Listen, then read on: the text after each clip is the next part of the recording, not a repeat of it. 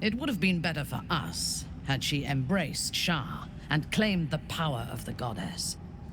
But it is better for Shadowheart to be free of that poisonous influence.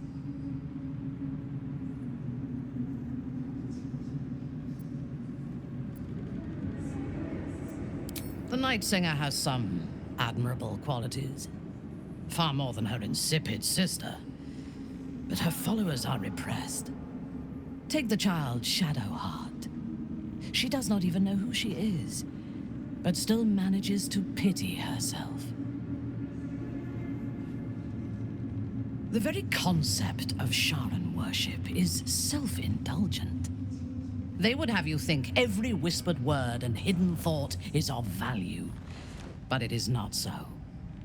I have performed 1,000 interrogations, squeezing out the most guarded secrets held in heart, mind, and soul. I can tell you this. When the trivial parts have been whittled away and I have sifted through what remains, in most cases, a person amounts to nothing at all.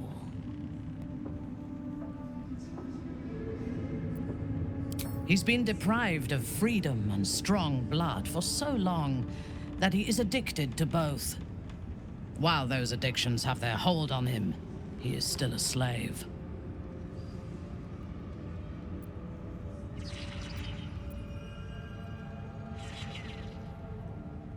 And while you live, you'll be enslaved to your appetites and hungers.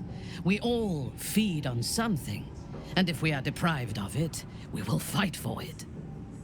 But Astarion is not only bound to his needs and desires, he is still bound to something more powerful. His master, he will only be free when Cazador is dead. And that is as it should be. When the time comes, we must hope that he does not only take Cazador's long life, but the power that has sustained him as well.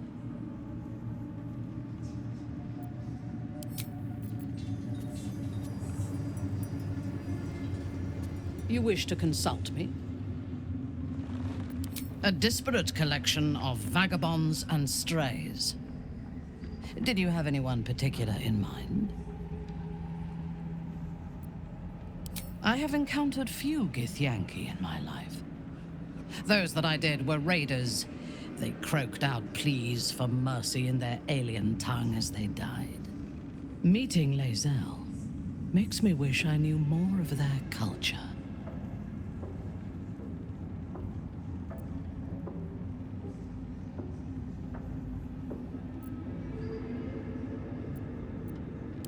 I did. She told me that she has nothing to teach that cannot be learned through observation of her prowess in combat. Perhaps she is right. She certainly cuts a striking figure in battle.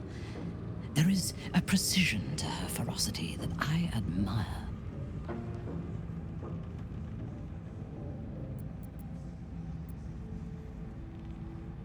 To one who only sees the surface of things, perhaps.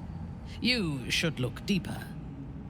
There is a fanaticism in the Loth Swarm that lends itself to chaos. They turn their blades on one another as readily as on outsiders. The Gith have stricter hierarchies and stronger commitment to a single cause. Even now, infected and far from home, Lae'zel stays true to the cause.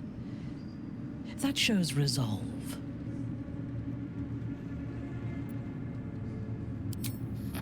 The wizard? No. Their mastery of the weave is commendable, but they are poor conversationalists. In my experience, they do not usually live long enough to make the effort of befriending them worthwhile. Either the enemy recognizes they are a threat and kills them swiftly, or their curiosity leads them to combust while experimenting with the limits of magic.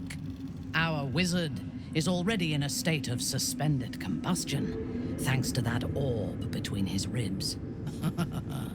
I suspect it is only a matter of time before he goes up in smoke. I will reserve my social graces for those who might live long enough to appreciate them. He is exceedingly self-righteous. Amusing, considering he bound himself to a devil.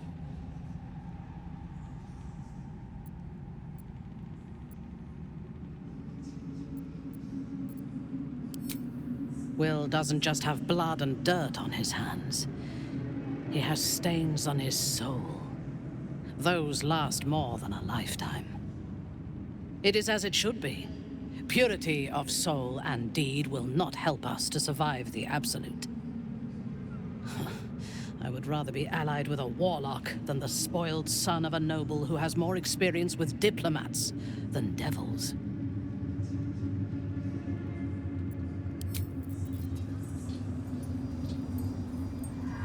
You wish to consult me?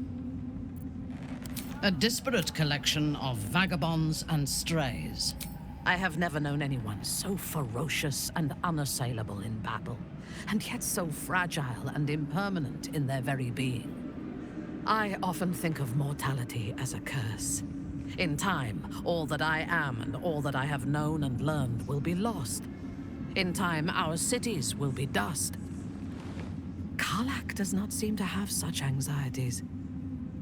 Perhaps because she cannot afford to. She exists in the moment, and she will burn out and be gone in a moment.